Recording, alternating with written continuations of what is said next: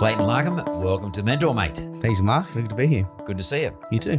So I got to declare early that I have an investment in one of Clayton's businesses. We'll talk about it a bit later. Mm-hmm. So I've just got to make that clear. And the reason he's here is not because I've invested in one of his business. The reason he's here is because he's got a really interesting story, and I want to talk about the sort of stuff he does. And we'll talk about it later. But I guess probably what interests me right now is you're a kid from Dubbo, Dubbo, country kid. Yep. And how you've done what you've done. You've done a pretty amazing job in competing against big guys in a very short period. So I probably want to go back to your country roots and tell me, for a start, Sure. I'd be interested. Tell me a little bit about Dubbo or growing up in Dubbo. I've been there a couple of times, but I don't really know the joint. It's a fairly wealthy town now. It's a fairly big town. It's one of the biggest rural country towns in Western New South Wales there is. I didn't really see much of that growing up because I went to the zoo, Western Plains Zoo, that's there, and had a great upbringing, simple Dubbo public school, and it was a great upbringing of sport, good family life, and it was a simple upbringing.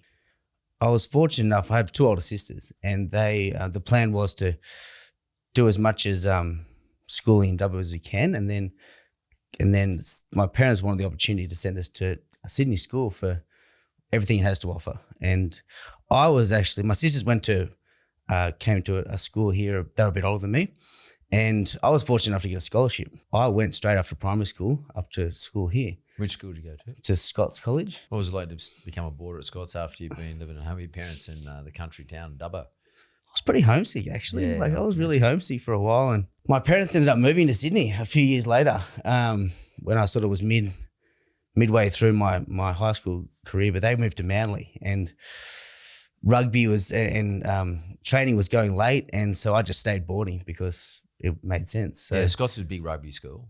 Big rugby school. Like, it's important for Scots, from Scots' point of view. Well, it used to be anyway. Yeah. Because one of my sons went there, but it's important to win. It's sort of like a gladiatorial thing, nearly, the way Totally. that the whole thing's set up. And, you get this Joe boys over there chanting and singing and the whole thing going on. And you get the Scots boys putting it back to them. Yeah. It's like the Highlanders. And Joey's sent to the other side of the field, so you can't really hear them. Totally. It's pretty cool. It's actually I used to enjoy going to those games. Yeah, but what is it? I mean, because I'm trying to get to the bottom of why someone like you end up doing what you do. As I said, I was pretty homesick for the first year, and probably more than other kids. And I sort of felt a little bit, why do I feel like this? And my parents were there to support me. And I sort of ended up reaching out to a few older kids who sort of went through what I'd done. And I sort of found, I always sort of seemed to be friends with the older guys at school, whether I was playing rugby in a higher level or tennis or academic classes, or I just felt that happened. And I think that, I don't know if this made me where I got to today, but I was always pushing the limits. I was always trying to get in that upper team. When you're in year 7 and you're homesick, you haven't got your mum and dad sitting there, and your older sisters aren't sitting there, and you're a boarder in Sydney, out of the country area, you're here with boys who are 17 or 18. Do you think a young man automatically sees mentorship? I seeked it. I definitely seeked it because I feel like I needed it. I didn't really realize what I needed at the time. Yeah.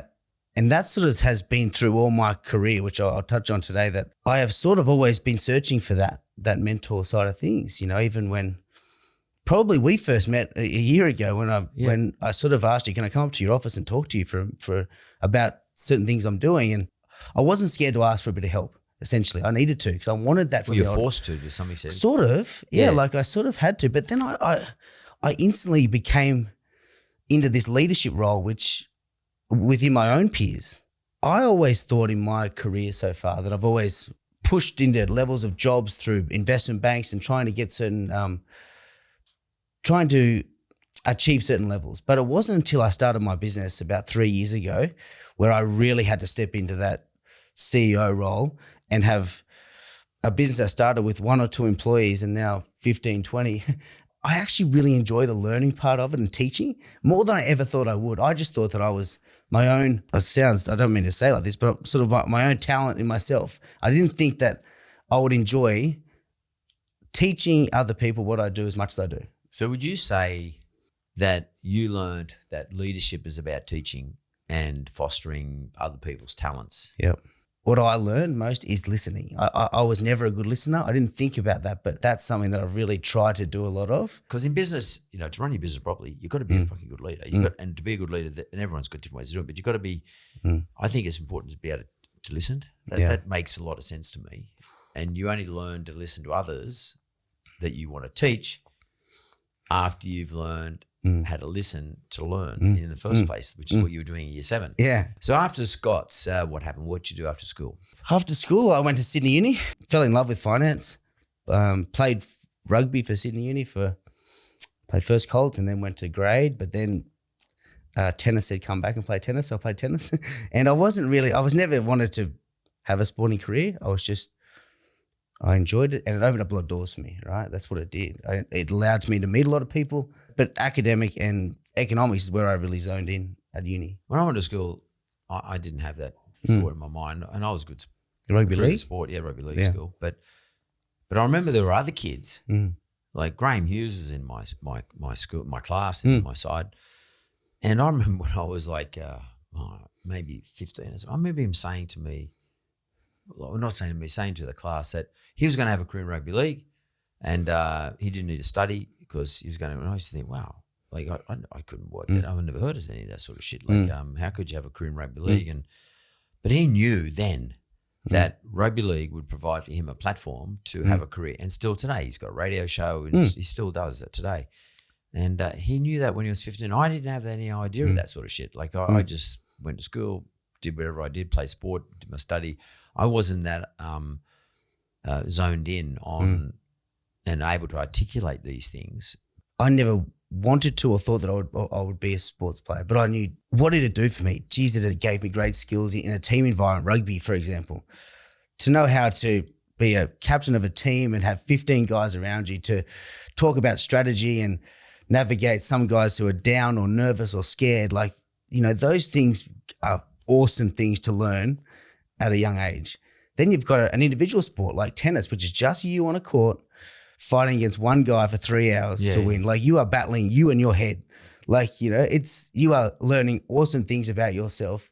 I've always been a pretty good forward planner. I always I've got the next 10 years mapped out in my head right now. And I reckon I did then. I reckon I sort of knew that, geez, I'm learning good skills.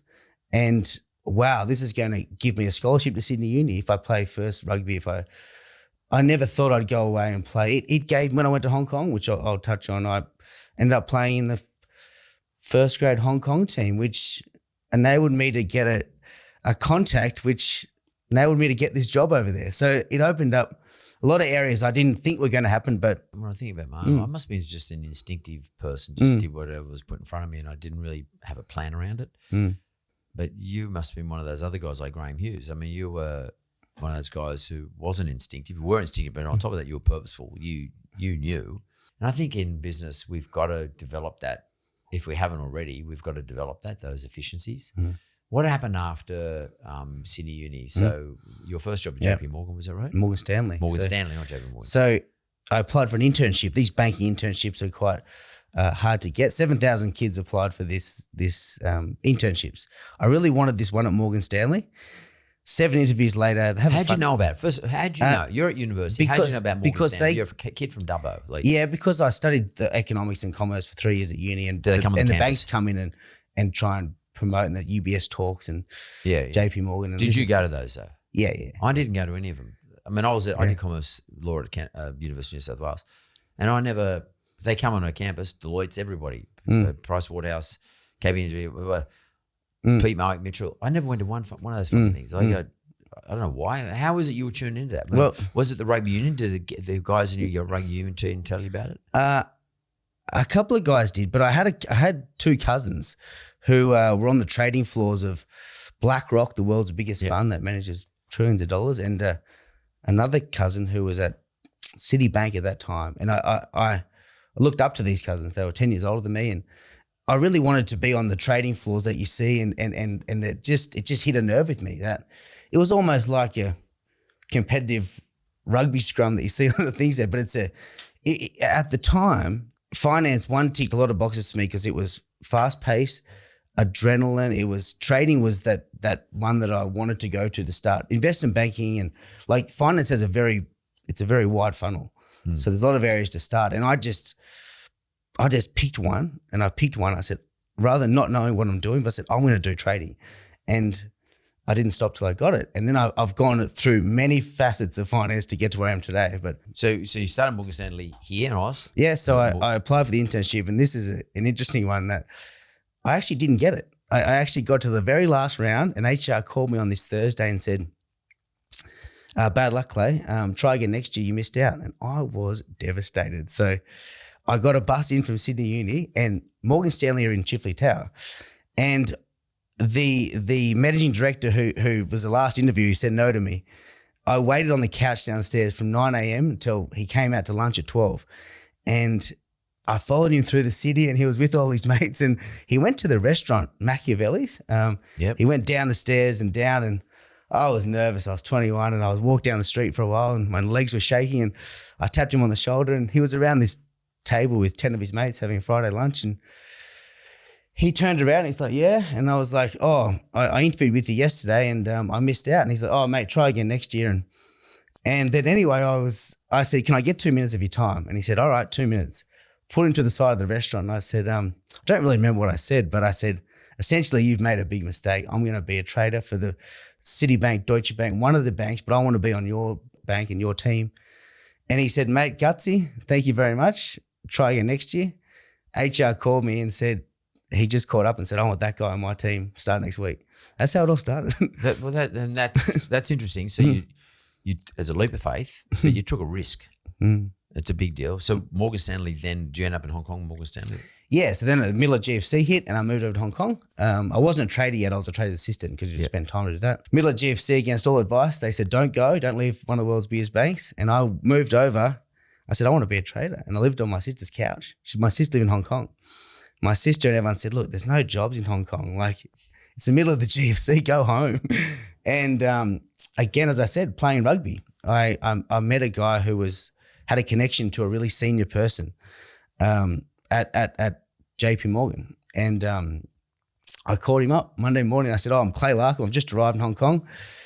He said, mate, I don't know if you know what's happening, but it's the middle of the GFC. And I fired 50 people yesterday, jump on a plane and go back to Sydney. And he hung up.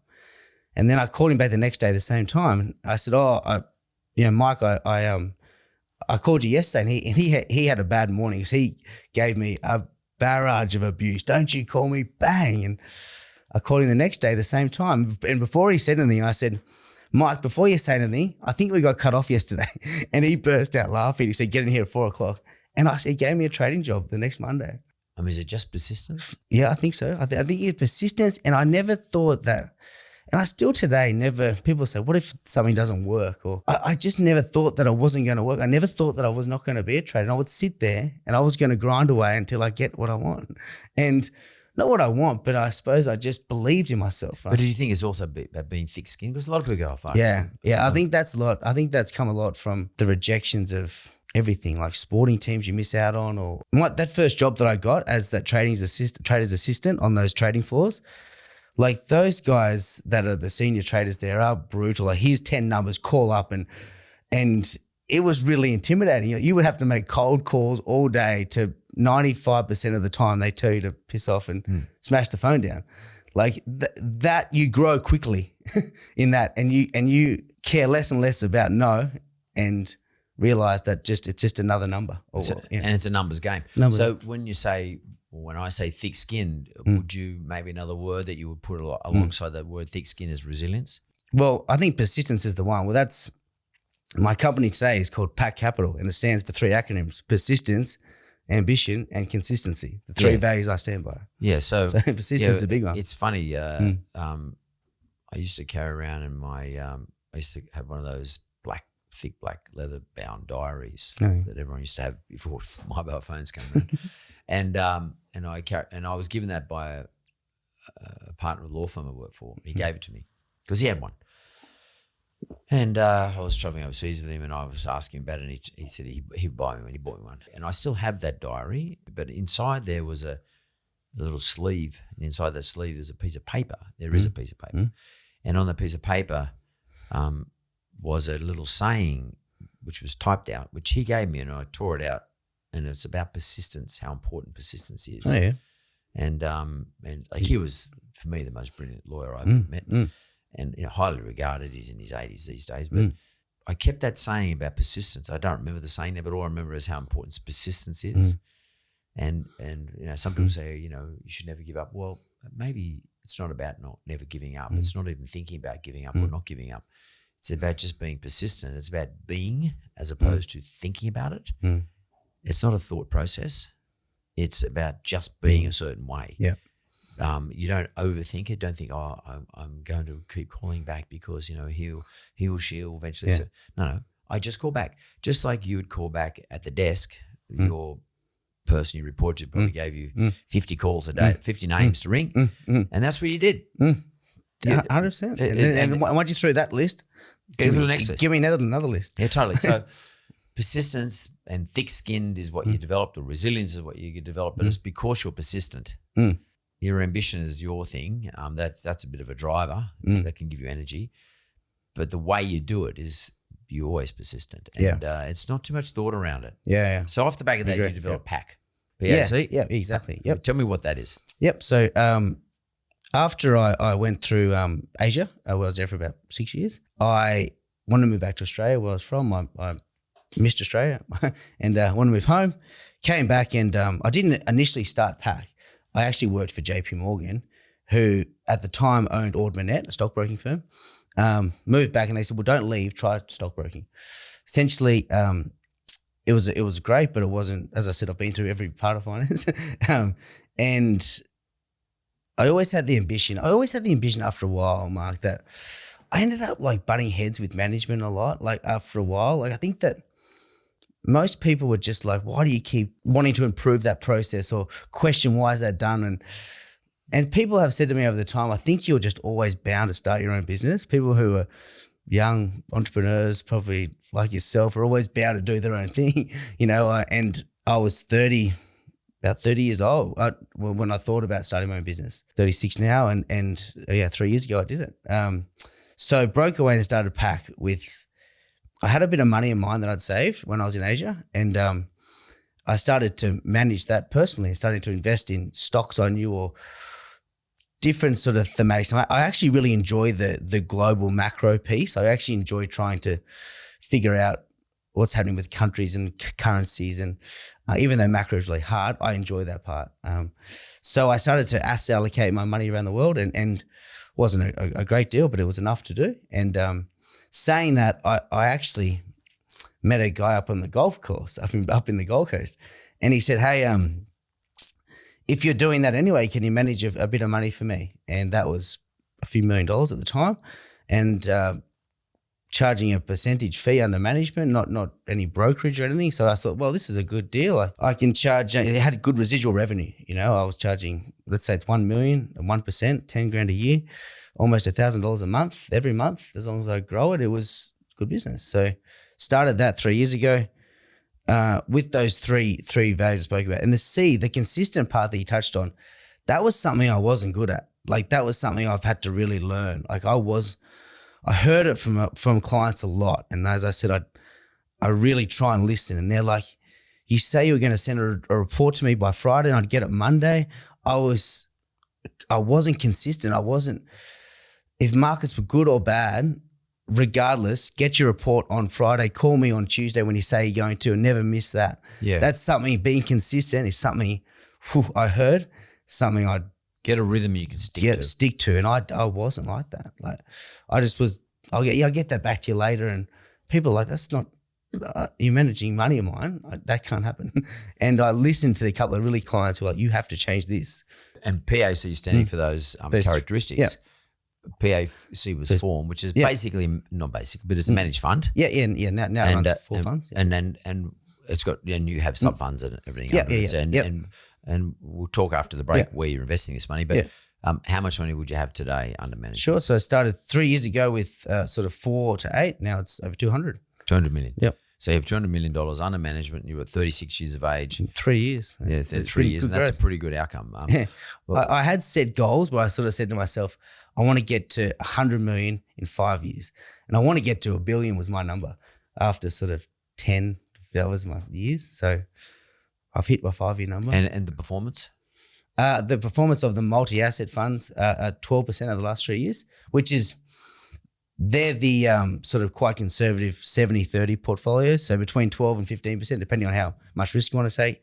And I'll touch on, I think today we're going to talk about the 2 other new strategies I'm doing in PAC and how I'm differentiating myself, which is the eSports fund that I've done and the big innovation fund, which has been going this year. And that's up 40 and 58%. Okay, so let's go to the break. We want to come back. I want to talk about those in reverse order. I want to talk about the big innovation fund first. Yep. So we go to the break. We'll come straight back. I'm back from the break. I'm here with Clayton Larcombe, and his main fund is called P.A.C. And we know what it stands for, but that doesn't really matter now. We want to talk about what it does. We know it's got 200 million under management. It's got a bloody good return. It's largely would have been for wholesale investors, though, I'd say. Yep. In other words, a sophisticated investor, yep, someone who can invest more than $500,000 at a time. Is that right? Yeah. Okay. So you like macro thematics. I mean, what's going on in the world effectively is sort of what attracts you as an interest. And I'd say when you then choose the things to invest in P.A.C, you've invested in those things, but you've got these 2 other initiatives going on now. And one's eSport, which is really cool. Yep. So what happened was this. It started off PAC when I started. It started off with 5-10 families. It was almost like a family office for these families. And it just evolved in the fact that I wanted to, it wasn't that scalable. I could probably manage 15 to 30 clients, but it was had a ceiling, so that's why my business has changed, which I'll touch on. So what happened was 2 years ago, I didn't know much about esports or gaming. I didn't come from a gaming background. Not as in gamers. I wasn't a gamer. Yeah. And I didn't really understand what esports was. Yeah. And esports is essentially electronic sports, and it's essentially competitive video gaming. Yep. People ask, where did you meet this company? And I actually met them in the gym. I was in the gym and they said they started a company called, it was an esports company called Picklebet. And they said to me, Clay, we've just started this company. We know you manage some money and have a bit of your own. We're looking for a seed investor because we are using our credit cards and borrowed money from our dad, and we think it's a great idea. And I'm like, look, I don't run a VC fund. I've never invested in that. But I'll have a look at it. But they're looking for venture capital. They're looking for venture capital. Startup capital. Startup capital. They were startup capital, C capital.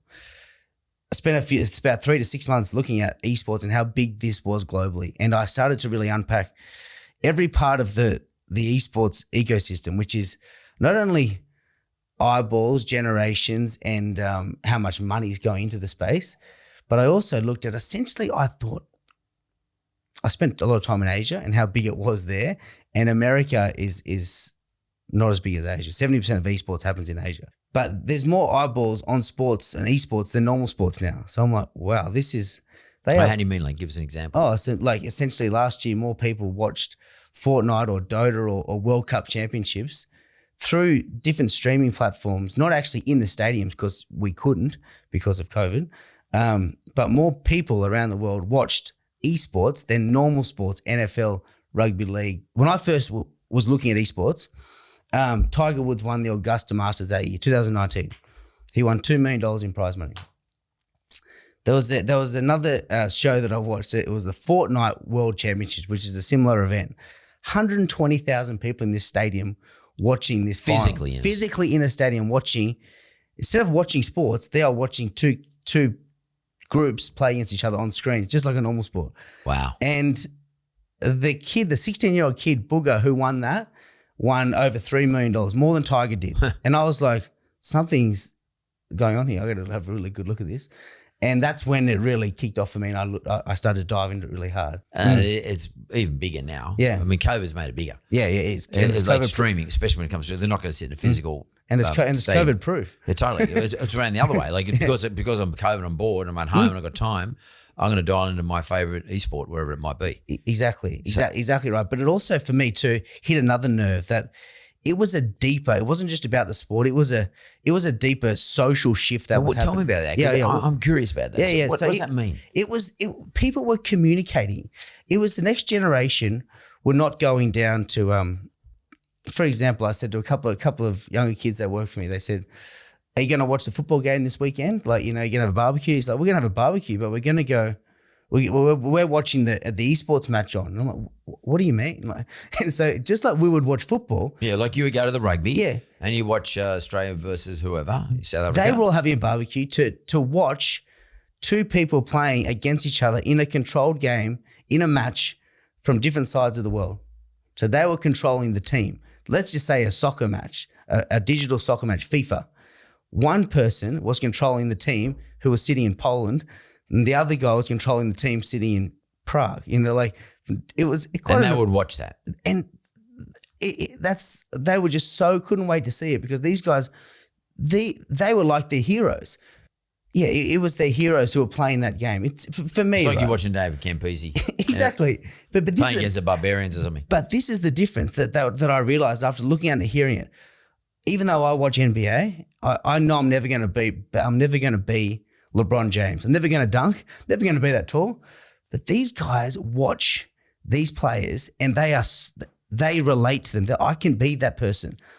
Because you're not bound by physical size, anything. It's about how much you can move your control or your brain capacity to win. So what I'm saying is that people could relate to their heroes a lot more than what you do on a football field. I know I'm never going to be that big. I'm never going to tackle like that. But people can look at these gamers and be that gamer. You're sort of like creating an avatar of yourself, exactly. and you become that gamer. Yep. That person or that individual in that basketball game. Yep. Exactly. It's sort of quite interesting. And I'm trying to work out what it is. What do you because think they communicate too. There's this. How? Well, okay. So what happens is you have this this community of people who are sitting at home who have a passion and love for electronic gaming. You know, they have maybe typically in their life been a bit of have not been outcasted for that love. You know, be at home and I love Nintendos and gaming. You probably just stay at home and that they love their own time in their own room with their own game. But now, because of the evolution of Wi-Fi and communication channels and Discord and a few other channels, not only can they link up with people around the world and play and communicate, see each other through a virtual reality systems now, which that's the next stage. And then the metaverse, yeah, where people are meeting up in these scenarios in the metaverse, playing a game as someone else against each other with someone else around the world. So you are linking up in a community.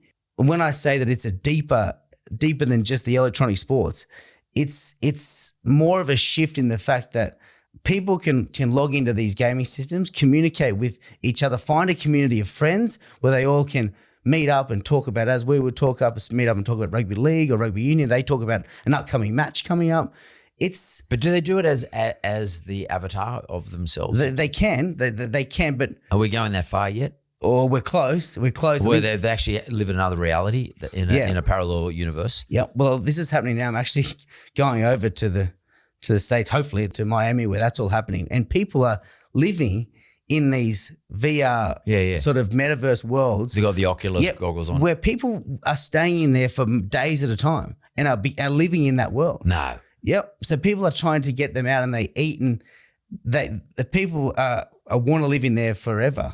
You know, like for a longer period of time. It's like traveling to Mars, but not going to Mars. Yeah, but you actually become that person. You're standing on the but you do become the person because in your own brain, your brain gets tricked into thinking that's the person they are in the goggles. Yep, exactly. And then there's another group that I'm meeting up with too, with part of the government who has looking at training for going into war, you know, going into situations in their head where they go into battle. It's also going to hospitals where they look at maybe you have some disabilities where you put this on and be someone else and can walk, or, you know, there's a lot That's cool.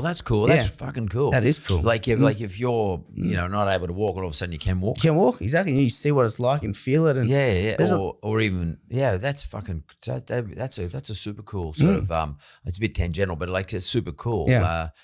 I mean, I could talk about this shit forever, but let's just go back. Let's go back to Picklebet. So could I. So you went into Picklebet. Yeah. So Picklebet started then. These guys, So the Picklebet guys, Nick and Damon, is a the betting founders. business. It's an online betting business. It's a gambling business, which essentially allows you to put bets placed on esports matches coming up around the world at any one point. So we're going to just get our head around this. So, just like a sports bet. let's say there's I don't know. Well, let's pick a new sport. Pick one for me. FIFA. Basketball, FIFA. Okay, soccer. Or FIFA, football. There's a FIFA match on, watching it, and I can have a bet. Picklebet sets the odds. So in your case, Picklebet does set the odds. So you're Betfair. Yeah, exactly. You're equivalent to Betfair, but in bet. esports. Yeah, sports bet. But they, yeah, exactly. But we're offering odds for matches based on form and everything these players have. But Picklebet just tailors for esports matches. So you invested in Picklebet. So where is Picklebet today? I invested years ago when I first met Nick and Damon, who are the founders. They were doing $50,000 in turnover a month. And their margin was 10%, so they're making $5,000 a month. It was costing them about $40,000 a month to run the business.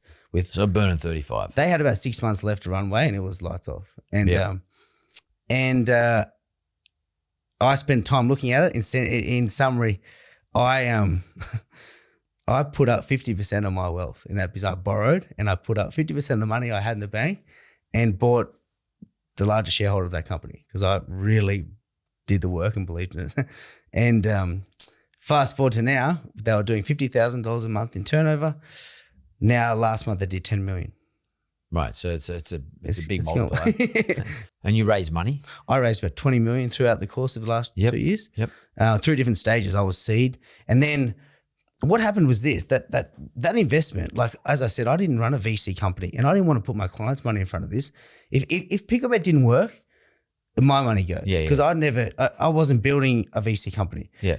The only time when I opened it up to the next stage was when Picklebet started to make material revenue, and I knew they went to Series B, along the chain, and then it just went to a pre-IPO stage because getting ready for listing. So only then did I call my clients and say, here's an option for you. And I gave them the option. And so now P.A.C owns 50% of Picklebet. Just finished on that percent. Obviously, I had esports running through my veins and blood, and I knew the space for years. And I thought, well, how can I'm understanding esports so well in the listed world. And I thought, I'm talking to esports companies every night around the world, every night. And I thought, wow, I can actually use all this knowledge that I know in the listed space and build out a fund that is purely investing in companies all around the world that are focused on trying to make revenue from esports, which is nothing to do with gambling. It's just mainly about it's not like Picklebet. It's not setting wages. No, it's about investing in esports businesses, companies. Yeah, around the world, which is between 10 to 15 companies. None of them are involved with gambling, but that's not a problem for the fund. That's not focused on that. But yeah, it's companies like Nintendo, EA Sports. It's companies like Tencent. Some of the biggest companies in the world that are esports focused. And I sort of was able to use my skills, just like I would unpack BHP's balance sheet. I can do the same, but for a company in Sweden or the NASDAQ, which is esports focused, and really, give people access to it. So it's bringing product to the market, which a market would not otherwise have. Yeah. It's all packaged up. It's curated. Curated. And is managed and assessed regularly. Like a person like me, for example, I don't know where to find information on this sort of stuff. I don't have time to find information on this sort of stuff. But you package together. It's a bit like someone might do this for crypto. So someone might bring a package of crypto. For me to invest in, and they then decide which crypto they're in and out of. Yeah, exactly. So like a managed fund for crypto. Yep, exactly. They might have a bit of Bitcoin, they might have a bit of Ether in there, they might have a bit of all the various other ones. I'm curious about them. May not ever have the opportunity to, or the time, or the bandwidth to work out what these esports companies are. Yeah. So give me an example of some of the esports companies that are in this particular. What is the fund called, by the way? It's the P.A.C Global Esports Fund. P.A.C Global Esports Fund is available for retail or just wholesale? It's actually, that's a good question to ask. Over the last year, originally when I started it was only open to wholesale only, which means you have to have more than 2.5 million in net assets or make more than 250 grand. It's a funny classification, but I found a disconnect. I found the fact that people who qualified as a wholesale investor, it was the wrong demographic. It was the wrong market. It needed to be someone who I do some speakings and mentor programs at Sydney Uni. And a lot of the kids like, can I put $500 into your fund? And I said, I can't, you're wholesale. I'm wholesale only. Yeah.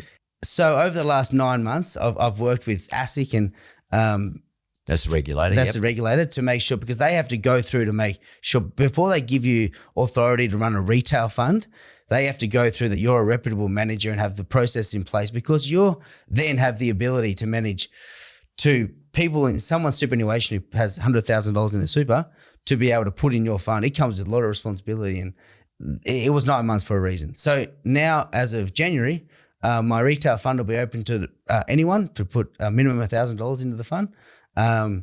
Before it was $25,000 minimum and wholesale only, and now they're all open to retail investors. And so, just in terms of returns, like what is that fund sort of showing? So that's far? Done 40% this year, 39%, 40% increase return, and the innovation fund, which I'll touch on, that's done 58%.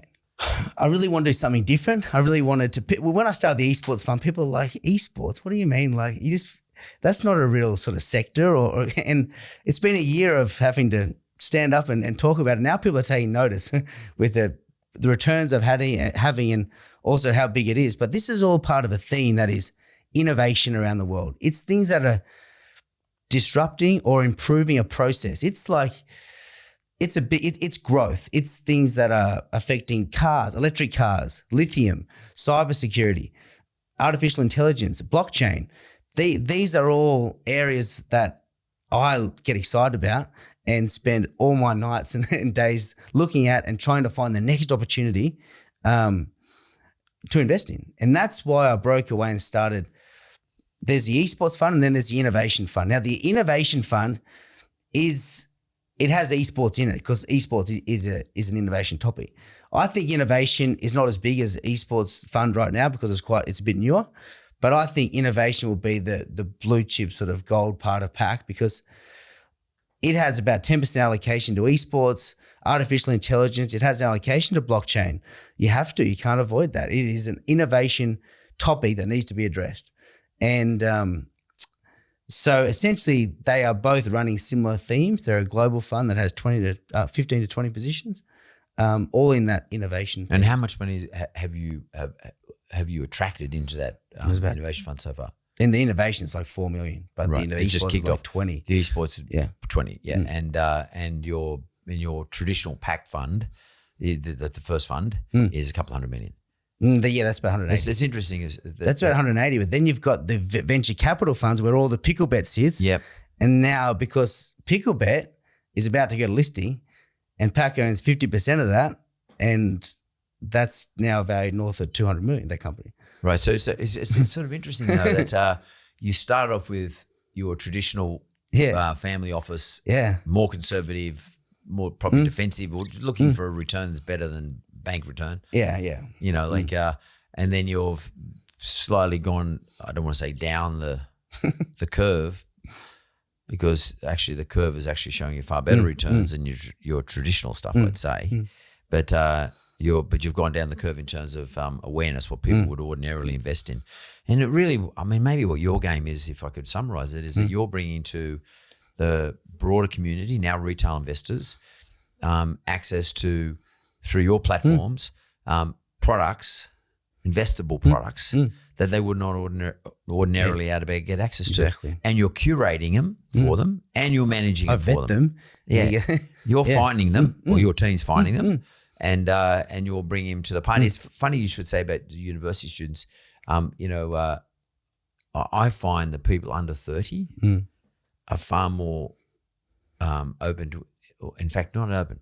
They're looking for innovations. Looking for it. They don't want to invest in, with the greatest respect to banks or BHP, whatever. 100%. They're not looking for the defensive 5% returns, fully franked. They couldn't give a shit about it. They want the growth. It's the last generation that will ask, how much franking credits does Commonwealth Bank shares pay? Or even though it's really important, how much dividends? I reckon that passing of wealth down to that next generation, they won't ask those questions again because they're looking for. Well, tell me something, Clay. We're going to run a short time, but I mean, What would you say to somebody though? I mean, I know you're not a financial planner, you're not out there professing to be a financial planner, etc. But just generally, I mean, would you say to somebody if you've got 100 grand, would you say to them allocate 50 grand towards innovation fund or your esports, and then the other 50 to your traditional stuff? I mean, how would you go about it if you're okay, let's look at the way I've set PAC up, right? Every dollar that I have is in those three parts of PAC. There's the PAC multi-asset, which is the superannuation money. Yeah. I have super money. That's all in those portfolios. Then I've got the PAC innovation funds, esports funds, then I've got the PAC private. So the three factors where every dollar I have is in those three funds. So if I had 100 grand, I'd say, well, keep it diversified and structured. Keep 50% in the big global multi-asset. Have some fixed income. Have some offshore exposure. But you can also have some exposure to 5% to these innovative themes of esports and blockchain and crypto, cybersecurity in different areas. Like, we are not investing in companies that are they're not startup companies. These companies are billion-dollar companies. They're just as big as some of the banks or miners here that they're in. So they're not just little companies. And you're not saying Mark or Jess, who who's under 30, say, Jess, you're not saying to her, go and you pick your own stocks. You're investing in a fund where your team is picking all the stocks. So you're getting some sort of level of diversity and variation and diversification as well, so that you're not taking too much risk on any one particular thing. I reckon if you went into those three funds, and I would say you'd have 5% allocation to something private. Take something that means something to you, and maybe you need like a VC manager for that, which I'm not there yet for that, but I will be. There would be 500 stocks to 1,000 across those portfolios. So you are well diversified. Yeah. So you are not just buying a bit of BHP and a bit of Commonwealth Bank and a bit of Facebook stocks overseas. You are buying indexes which hold 500 companies, S&P 500 or ASX 200. Like, you are covered with 700 stocks there. So you don't think you're diverse. And what's your ambition from here? My ambition from here is because that's A out of PAC. Exactly. 2022 is going to be a big year. I've just actually in the middle of moving into a pretty big office space in Macquarie Street. I always seem to bite off more than I can chew, and I chew like hell to get there. And this is a 300 square meter office space. There's 15 of us, so I believe in my growth. I better. So that's that part. I feel like my team's going to grow, and we've got a really good year ahead. Picklebet's going to be listing this year, either in the ASX or the NASDAQ. All my funds go retail now. All my funds are now open to retail investors. So anyone can invest as long as you got $500. Yeah. I have a really clear ambition while we're here that I think those two active funds that I talk about, the innovation fund or esports, I really have a clear ambition that I want those funds to be eventually one day go to what's called an active ETF. So by what I mean is ETF or exchange traded funds are essentially, you can buy one stock on the stock exchange and get access to multiple stocks within that. So if I want access to the ASX 200 companies, an ETF you can buy on the stock market, buy one stock, and it'll give you access to those 200 companies. Everyone that I speak to and hear about, this younger generation that we speak to all the time now, whether it's through the Picklebet side or just my own interest, everyone has a CommSec account. Everyone is buying stocks on Superhero. Everyone. But no one, it's really hard for them to buy units in my fund, because you can't just do it on the app. That's something I've got to work out, how to get those guys access to that, which at the moment, if I can turn my fund into a stock, everyone has access to buy stocks on the stock market. So they can get access to my esports fund. They can get all the holdings in there, and they can just buy like they're buying a stock on the stock exchange. And I think what's important there is that you allow, the people under people under 30, then there's much more liquidity. They actually can trade the stock. Yeah, they can get in and out through CommSec or wherever it is, through their account. Really low broke cost for them. But right now, how would you do it? Right now, if I'm a 25-year-old person, I've got a bit of spare cash, I want to go into one of the funds. Yep. How do I do it? Where do I go? Okay, now they can. There's an application form in the back of the document, which is on my website. Yep. They have to fill that out. What's the website called? It's www.paccapital.com.au. Yep. That's where they fill out the application form. But And then they get access to a portal where they can view their holdings. Every day gets updated to know how much. Sort of like a wallet. Yeah, it's like a wallet, but it's still a bit of a disconnect. I want that wallet to be inside a bigger platform, which is, you know, I just climbed a mountain to get to retail, and I know there's a big mountain behind to climb now, and I'm just ready to do it. Well, mate, I know you're young enough, and I've been watching you for probably 2 years now. You've done everything you said you were going to do, and I think you're doing some really interesting, cool things for a younger generation who are just dying for this sort of stuff. But I would say to the older generation, my generation, start fucking listening to this sort of stuff because you can't play defensive your whole life. Yeah. I know one thing. If you're ahead of the game in any game, whatever it is, rugby union game, rugby league game, you start playing defensive, you're a big chance of losing the game. Yeah. Spot on, yeah. You've got to stop playing defensive all the time. Yeah. You don't protect your lead. Yeah. You start protecting your lead, you're taking a risk. Yeah. And a lot of people think, if I protect my lead, I'm actually being risk averse. Yeah. No. Equally, by protecting a lead, playing defensive, you are taking a risk as well. That's a good point. And that's something really important for my generation to think about. That is important. And I know the younger generation don't think that because they've got less. They're not playing defensive. They've got nothing to lose, so they might as well fucking play offensive. Go for it. Yeah.